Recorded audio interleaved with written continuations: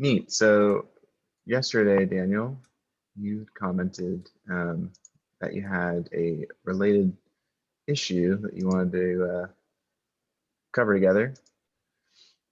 Yep. So can you talk me through a little bit what you were envisioning building out with Melissa on the cascading settings? Yeah, so she just passed this issue off to me yesterday in our one-on-one, so I haven't had a full chance to understand the scope apart from if we think about how settings work in our organization, a lot of them are based specifically at the object they're associated to, not in an organizational inherited model. So I can have 5 different projects that have different behaviors despite all being within the same group for no particular reason. So for example, like project deletion. So this one that we want to highlight is delayed project deletion.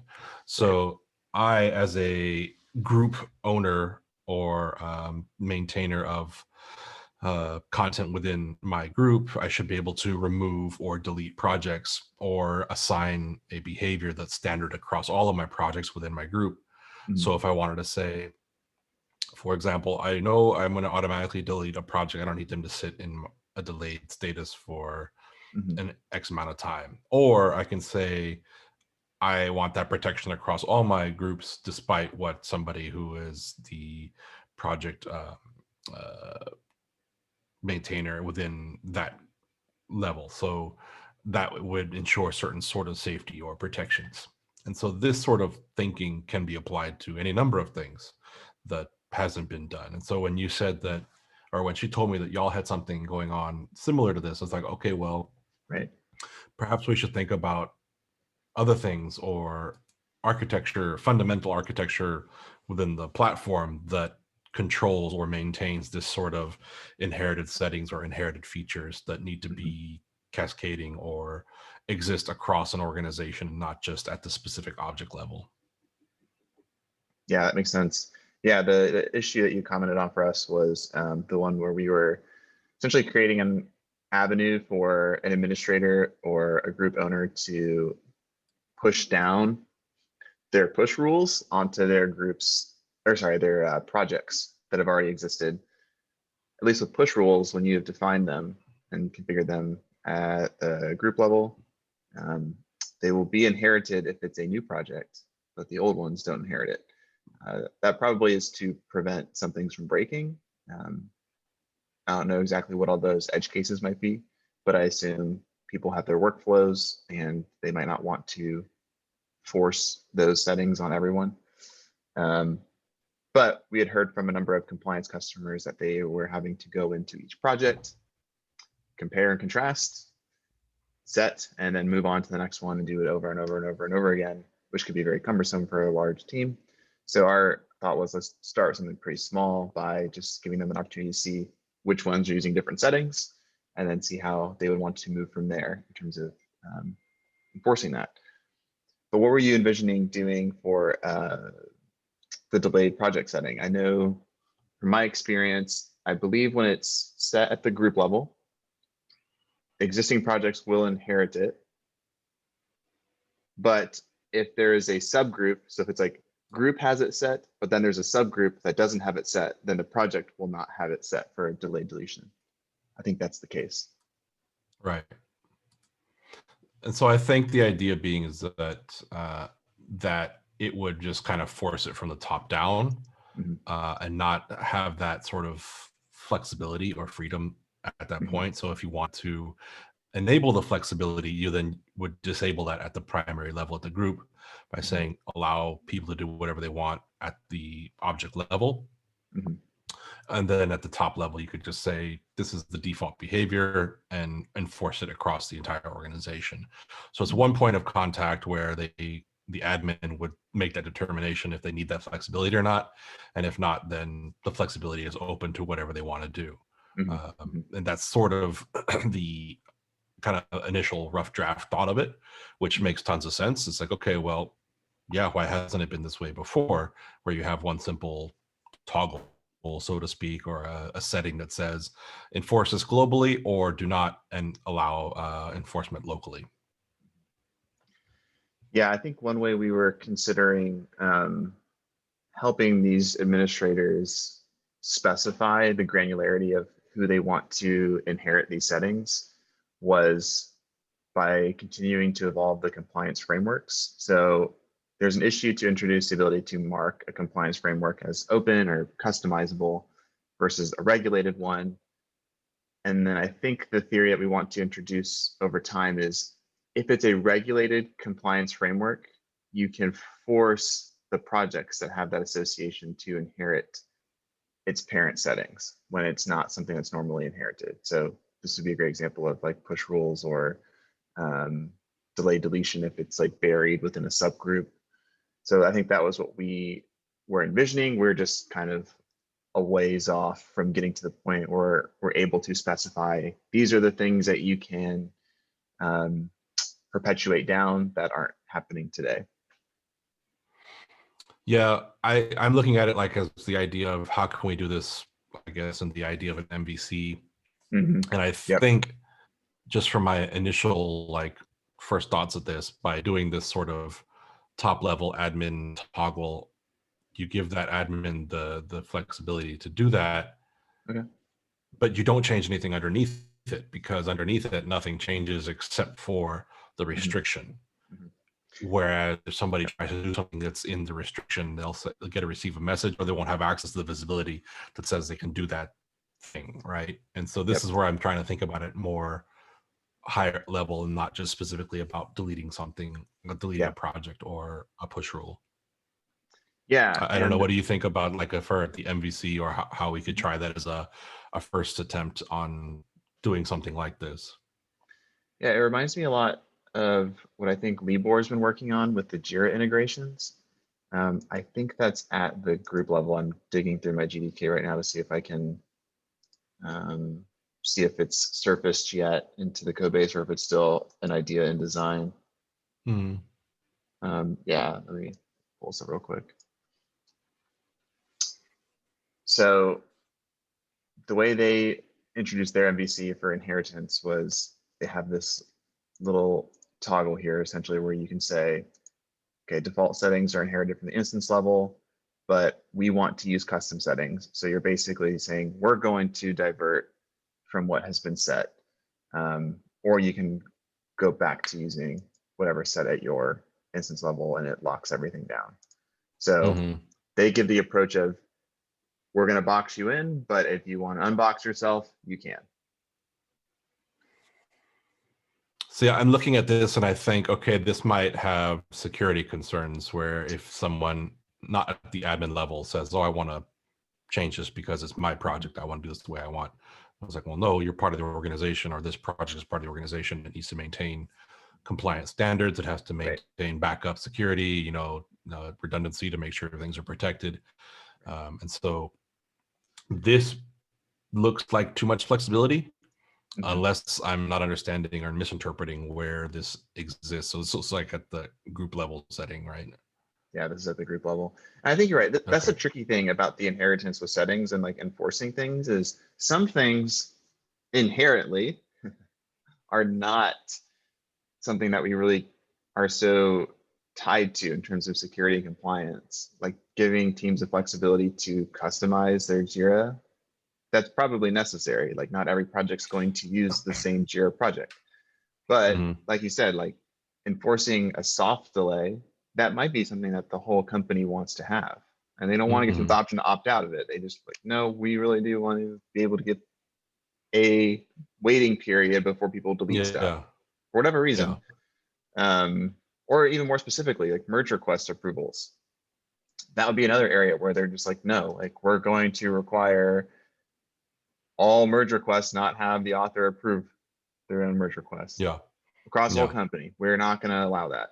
And you don't want to have projects that can divert from those settings, but that's the tricky part.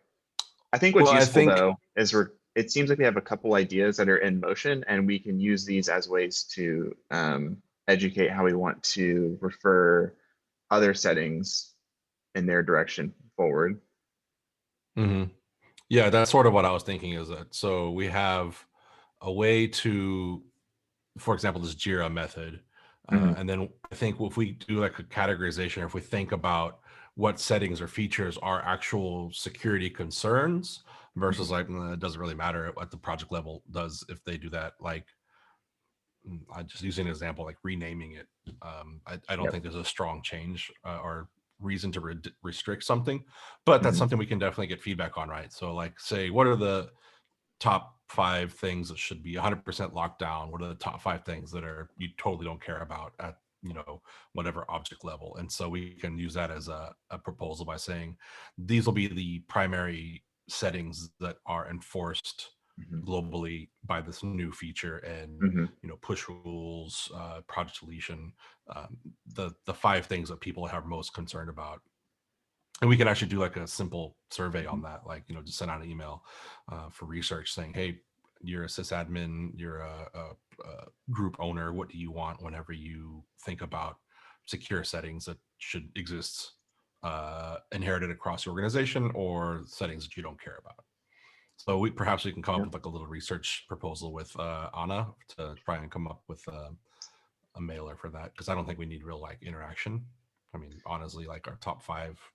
Yeah, I mean, it'd be a cool card sorting activity if we just like kind of audited our settings as they are today and kind of grouped them into different categories to show like these are inherited with all projects. These can be if you do this method. These are, the Wild West.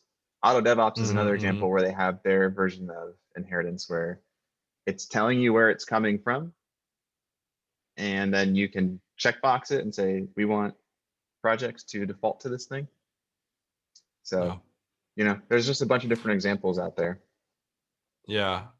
Should we try and schedule something like that so we can create a card sorting event or experiment? Yeah, I think that'd be really fun. Okay, cool.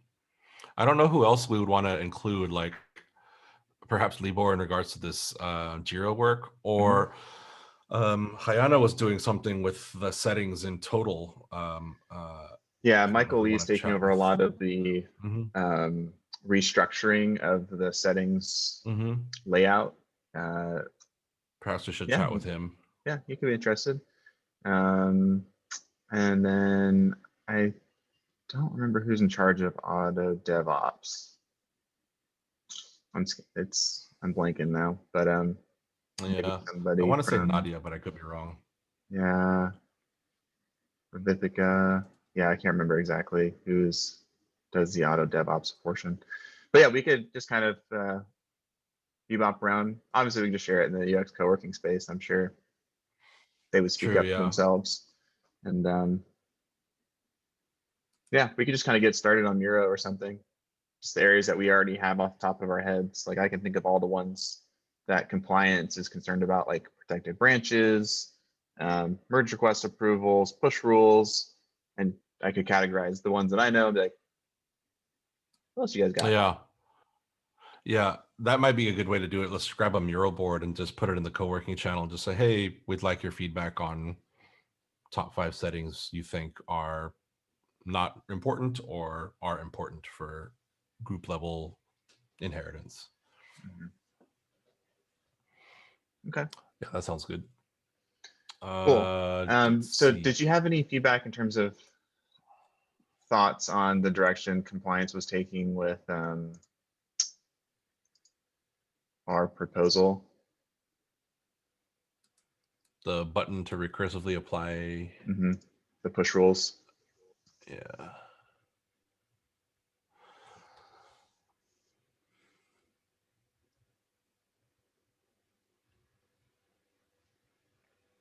So if you push the blue button, everything, the whole audit system is the default or whatever. In that instance, it'll just set them all to that default. But I don't really know how this would happen necessarily. Well, I guess what could happen is someone could add a new project and then change their push rules, because nothing is stopping projects from changing their push rules once they're created. They might inherit new ones, but nothing is enforcing them to keep those.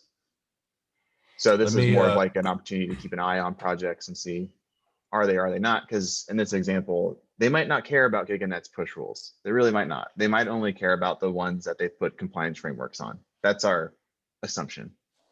Let me read the job to be done here just for the video. So when I have configured push rules at the group level, I want a single action that applies those rules to all existing projects so that my entire namespace is brought into compliance with these push rules without me having to manually update every single subgroup and project. And So that's like a very like micro job-esque one too. If we look back at the visual that you had, I think visually it makes sense. I don't see anything weird or like missing. I want a single action that applies the rules to all existing projects. So just sitting the set all defaults below everything would be set all default instead of having to push everyone individually. Right. Yeah. Is there a zero state or a response state that shows like grayed out so you don't have the buttons on the right to set as default? I say like if there were no projects with custom push rules.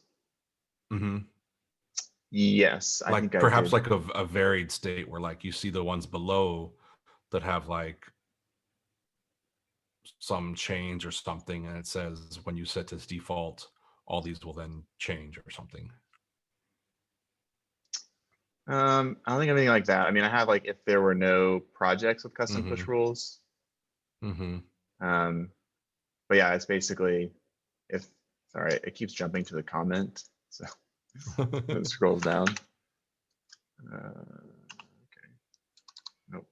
Keyboard is dead. But yeah, just when if they hit that all, we want to at least warn them like, hey, you're about to change 6. You sure? Yeah. It's not like it can't be recovered. Like they can technically recover. It's just going to be kind of painful to do it. Yeah. If you didn't mean to do that's that. What I was. So. Yeah, that's what I was wondering. It feels like it might be too easy to push without understanding the repercussions. It's one of those areas of the product where it's not. There's a lot of traffic there. So yeah. I would say it's probably only our persona that's going in there. But yeah, I mean, with that said, it's possible. But I would imagine it's not a big deal. Yeah, I wouldn't imagine it's like a big problem to focus on, but definitely something to be aware of and document, saying, hey, just edge case, what happens if this doesn't go the way as expected, or somebody wants to undo, or is there an undo? Yeah. If not, just like, hey, this is the way it happened. You have to go back and do everything manually. Like, is there a way, like a save state variable or a save profile? We can say, like in settings, like when you like do this and then you hit save to, yeah. No, I think I mean, currently the way it's designed is it would take action right away. I think that's definitely something we want to be aware of, like you said, and open for feedback. Interestingly, when we had shown this to a few customers, they were just like, hey, we don't want to push buttons at all. Just give us an API. Okay. Yeah, so that's another thing too. One of the tricky parts is we always have these customers who just want APIs, and then we have to dig like, why don't you want to use the UI? What's the holdup? I'm wondering if it's because they're connecting to different systems to say, no, I just need to pass this data into another system, and the system then does the work for it there or whatever. It's that, but it's also, I think some of it is a persona of an individual that likes to be in their own workflow, and their workflow is living in terminal. So they love just being able to send commands. They love not going into the UI. So I think that's one of the. Well, that could be like maybe like a proof of concept / MVC. Like, let's build this into an API, and then the next iteration will be like, what does this look like on the front end? Just as like a proposal. Like, yeah, I've especially to see if you get feedback on that. Yeah, I talked to Mike about that idea because we run this almost all the time. It's almost like we always build the API first, and then we build the UI, and that can be dangerous because building an API isn't necessarily like creating the value that we would hope.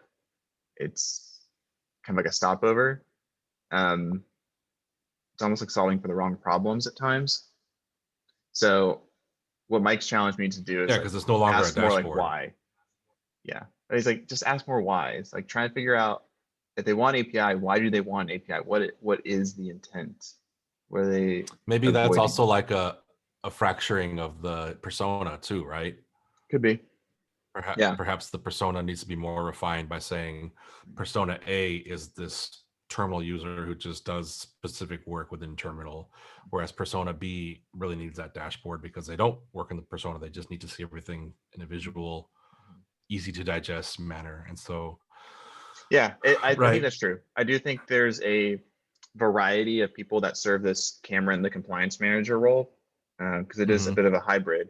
You might have your like VP of engineering be the person that manages the compliance for your entire organization, which I've talked to several people that are like that.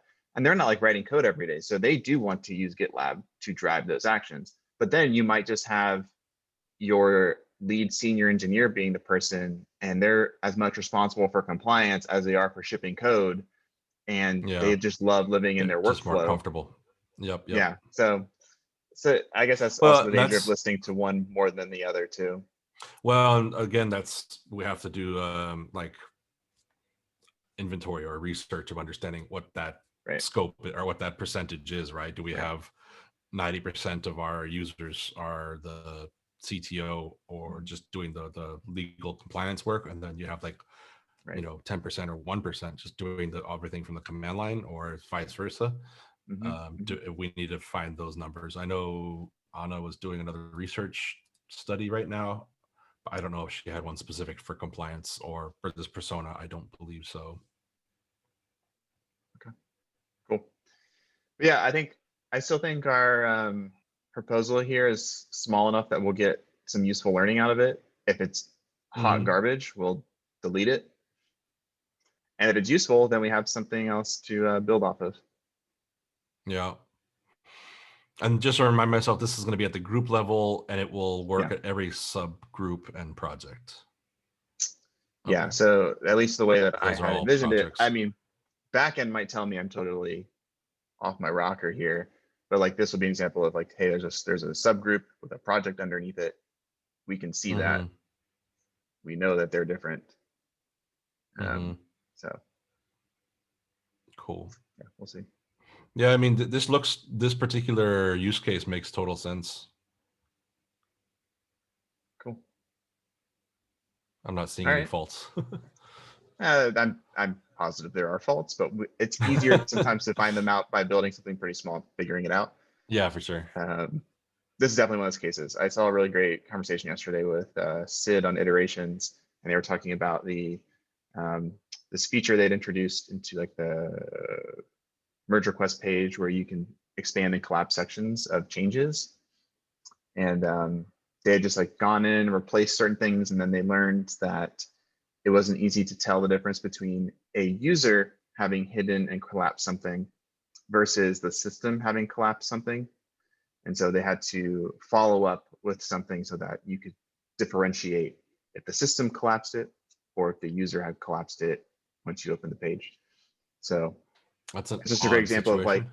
yeah, it's just one of the Yeah. things like when the problem they're trying to solve where it was people were missing portions of the code because they were automatically collapsed.